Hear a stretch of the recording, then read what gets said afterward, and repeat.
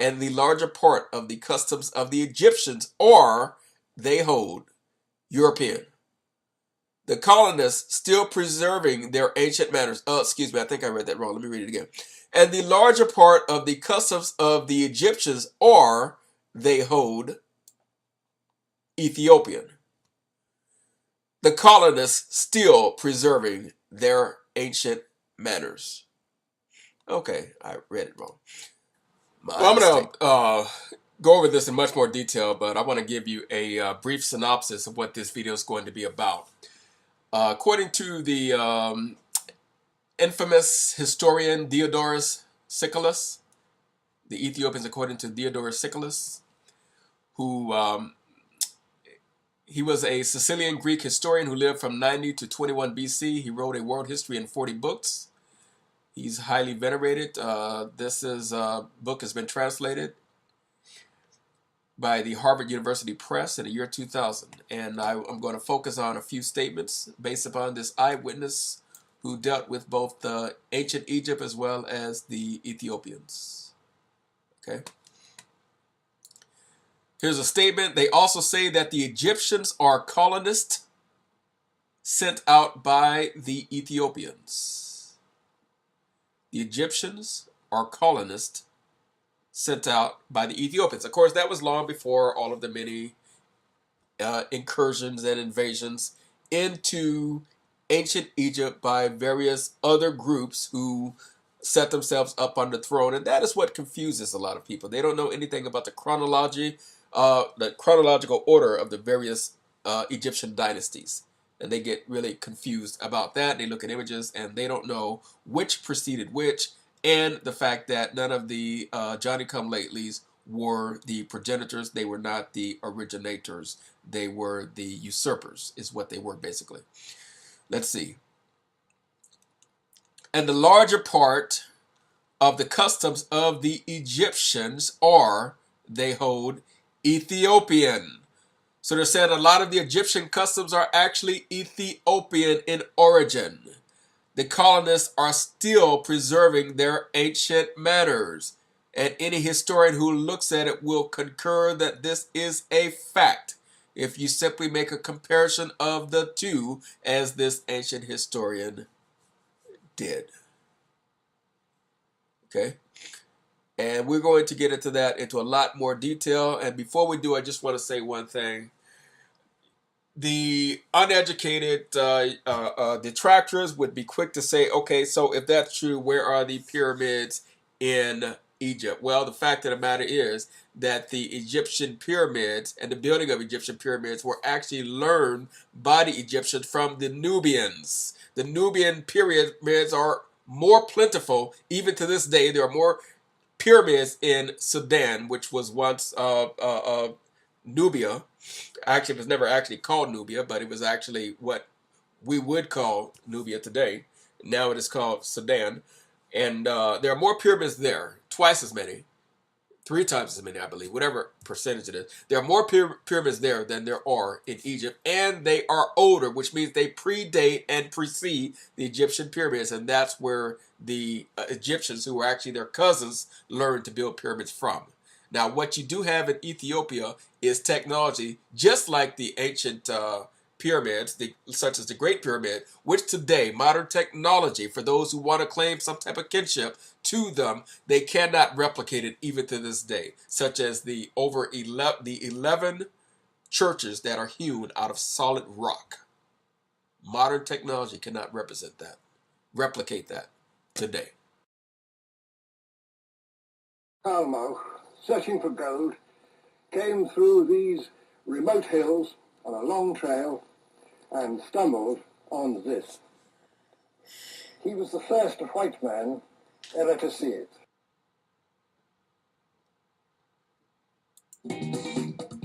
Lalibela is one of the holiest cities in Ethiopia, and in the 12th century, King Lalibela attempted to build a new Jerusalem. There are 11 different churches, each remarkably carved from single boulders of rock and chiseled from the top down. The series of rock-cut churches at Lalibela are an extraordinary sight to see. It's about 9 a.m. this morning. We're here at the most famous church here in Lalibela, St. George's Church. and you can see it down below. So there's only one entrance, and it's a trench to the bottom.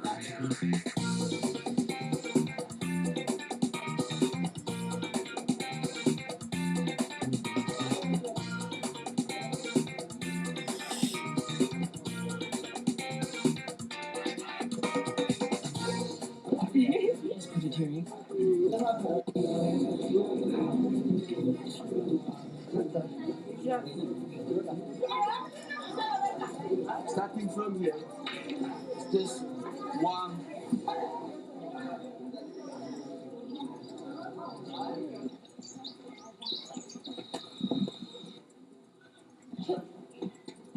So now they are just collecting some holy ash to put on their forehead, and this is to take home and to give for family. Inside of here is Golgotha, and the tomb of Lalibela is back here, but it's only allowed for men to go inside. So sorry, ladies, but there's some really cool engravings into the stone.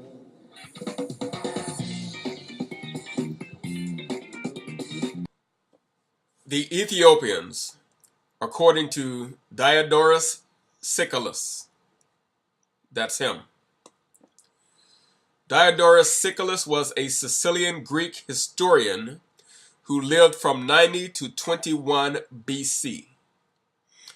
He wrote a world history in 40 books, ending it near the time of his death with Caesar's Gallic Wars. Caesar's Gallic Wars. Fully preserved are books 1 through 5 and 11, which cover Egyptian, Mesopotamian, Indian, Scythian, Arabian, and North African history, and parts of Greek and Roman history. From his own statements, we learn that he traveled in Egypt around 60 BC. His travels in Egypt probably took him as far south as the First Cataract. Diodorus Siculus, the Library of History, books 2.35 through 4.58, translated by C.H. Oldfather of the Harvard University Press in the year 2000. And I'm simply going to read it. So this is Diodorus Siculus speaking on the Ethiopians who dwell beyond Libya and their antiquities. This is found in Book 3, chapters 1 through 7. Listen carefully. Of the two preceding books, the first embraces the deeds in Egypt of the early kings and the accounts as found in their myths of the gods of the Egyptians. There is also a discussion of the Nile and of the products of the land and also of its animals, which are of every kind, and a description of the topography of Egypt, of the customs prevailing among its inhabitants, and of its courts of law. Remember, this is an eyewitness account. The second book embraces the deeds performed by the Assyrians in Egypt in early times, connected with which are both the birth and the rise to power of the Semiramis. In the course of which she found Babylon and many other cities and made a campaign against India with great forces. And after this, in an account of the Chaldeans and of their practice of observing the stars, of Arabia and the marvels of that land, of the kingdom of the Scythians, of the Amazons, and finally the Hyperboreans. In this present book we shall add the matters which are connected with what I have already narrated, and shall describe the Ethiopians and the Libyans and the people known as the Atlanteans. Now the Ethiopians, as historians relate, were the first of all men, and the proofs of this statement, they say, are manifest. For that they did not come into their land as immigrants from abroad, but were natives of it, and so justly bear the name of autochthones, is they maintain, conceded by practically all men, Furthermore, that those who dwell beneath the noonday sun were in all likelihood the first to be generated by the earth. It is clear to all, since inasmuch as it was the warmth of the sun, which at the generation of the universe dried up the earth when it was still wet and impregnated it with life. It is reasonable to suppose that the region which was nearest the sun was the first to bring forth. And they say that they were the first to be taught to honor the gods and to hold sacrifices and processions and festivals and other rites by which men honor the deity, and that in consequences their piety has been published abroad among all men. And it is generally held that the sacrifices practiced among the Ethiopians are those which are the most. As witness to this, they call upon the poet, who is perhaps the oldest and certainly the most venerated among the Greeks. For in the Iliad, he represents both Zeus and the rest of the gods with him as absent on a visit to Ethiopia to share in the sacrifices and the banquet which were given annually by the Ethiopians for all the gods together. For Zeus had yesterday to ocean's bounds set forth to feast with Ethiop's faultless men, and he was followed there by all the gods. And they state that by reason of their piety towards the deity, they manifestly enjoy the favor of the gods, inasmuch as they have never experienced the rule of an invader from abroad. For from all time they enjoyed a state of freedom and of peace one with another, and although many and powerful rulers have made war upon them, not one of them has succeeded in his undertaking.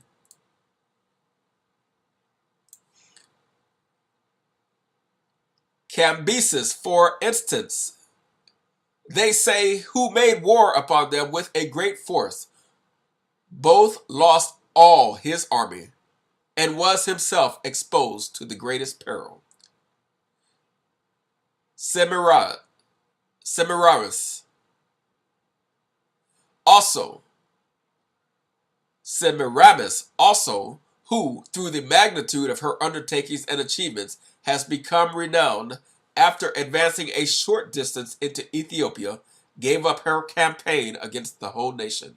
And Heraclius and Dionysus also, they visited all the inhabited earth, failed to subdue the Ethiopians alone who dwell above Egypt, both because of the piety of these men and because of the insurmountable difficulties involved in the attempt. They also say that the Egyptians are colonists sent out by the Ethiopians, Osiris having been the leader of the colony. For speaking generally, what is now Egypt, they maintain, was not land but sea, when afterwards, however, as the Nile, during the times of its inundation, carried down the mud from Ethiopia, land was gradually built up from the deposit. Also, the statement that all the land of the Egyptians is alluvial silt deposited by the river receives the clearest proof, in their opinion, from what takes place at the outlets of the Nile. For as each year new mud is continually gathered together at the mouths of the river, the sea is observed being thrust back by the deposited silt, and the land and the larger part of the customs of the Egyptians, or they hold, European. The colonists still preserving their ancient manners. Oh, excuse me, I think I read that wrong. Let me read it again. And the larger part of the customs of the Egyptians, or they hold, Ethiopian. The colonists still preserving their ancient manners. Okay, I read it wrong. My mistake.